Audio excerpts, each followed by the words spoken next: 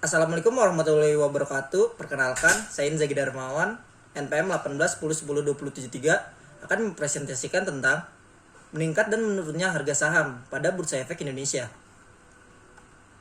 Yang pertama adalah latar belakang masalah. Seorang pemodal yang tertarik untuk membeli obligasi tentunya harus memperhatikan rating obligasi atau bond rating.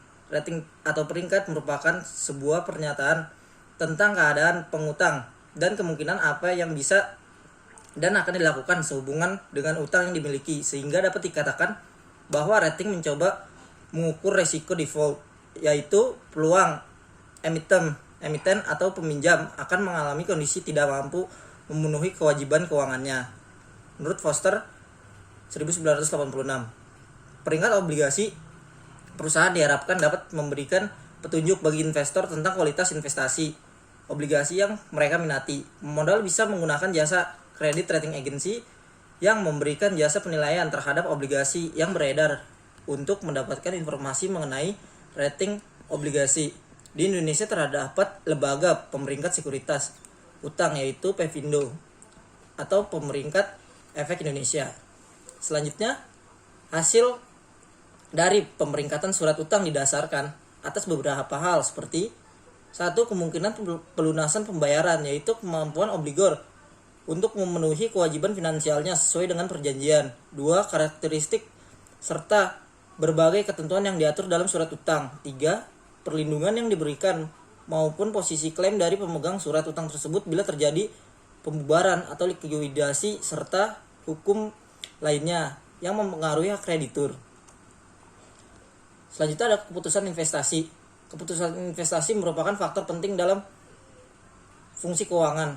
Menurut Fama 1978 menyatakan bahwa nilai perusahaan semata-mata ditentukan oleh keputusan investasi.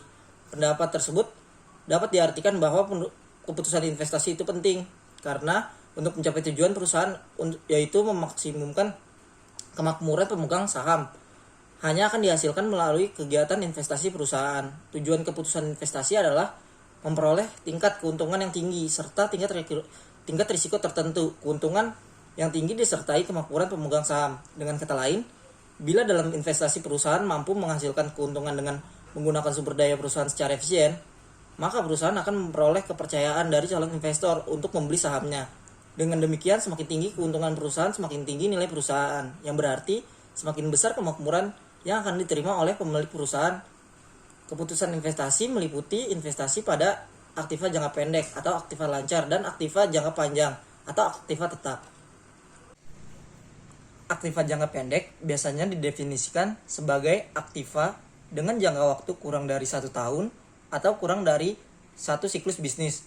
Dalam hal ini, dana yang diinvestasikan pada aktiva jangka pendek diharapkan akan diterima kembali dalam waktu dekat atau kurang dari 1 tahun dan diterima sekaligus. Tujuan perusahaan berinvestasi pada aktiva jangka pendek adalah untuk digunakan sebagai modal kerja atau operasional perusahaan. Contoh aktiva jangka pendek adalah persediaan, piutang, dan kas. Sedangkan aktiva jangka panjang didefinisikan sebagai aktiva dengan jangka waktu lebih dari 1 tahun. Dalam hal ini, dana yang ditanamkan pada aktiva jangka panjang akan diterima kembali dalam waktu lebih dari 1 tahun dan kembalinya secara bertahap.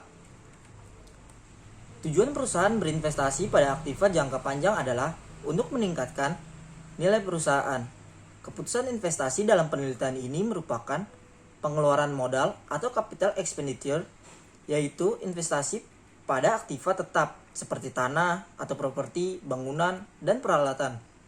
Pengeluaran modal adalah dana yang dikeluarkan perusahaan.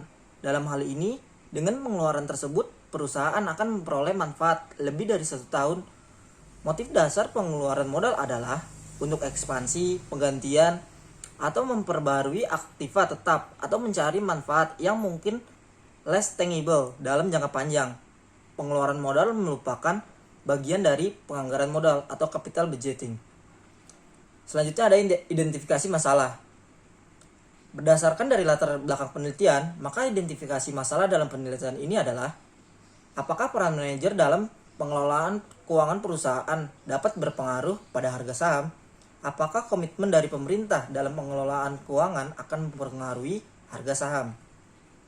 Selanjutnya, rumusan masalah dan pertanyaan penelitian. Berdasarkan dari latar belakang penelitian, maka dapat dirumuskan beberapa masalah yang menjadi fokus penelitian. Di antaranya, apakah dalam penyajian laporan keuangan perusahaan berpengaruh dalam harga saham?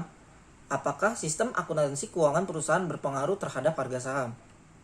Tujuan penelitian untuk membuktikan apa saja pengaruh peringkat yang terdaftar di Bursa Efek Indonesia untuk mengetahui pengaruh manajemen terhadap nilai perusahaan, untuk mengetahui pengaruh pemerintah terhadap nilai perusahaan. Manfaat penelitian bagi penulis, penelitian ini merupakan sarana untuk menambah wawasan akan apa saja yang menjadi faktor atau apa saja yang mempengaruhi harga saham di Bursa Efek Indonesia.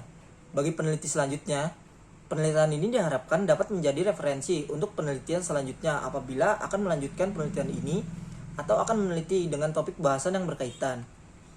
Landasan teori ada profitabilitas, growth opportunity, dan nilai perusahaan. Selanjutnya, metode penelitian. Data dan sumber data. Data yang digunakan adalah data sekunder perusahaan yang terdaftar di Bursa Efek Indonesia. Teknik pengumpulan data. Teknik pengumpulan data dilakukan dengan dokumentasi dari perusahaan yang go public di Bursa Efek Indonesia. Sekian presentasi dari saya. Wassalamualaikum warahmatullahi wabarakatuh.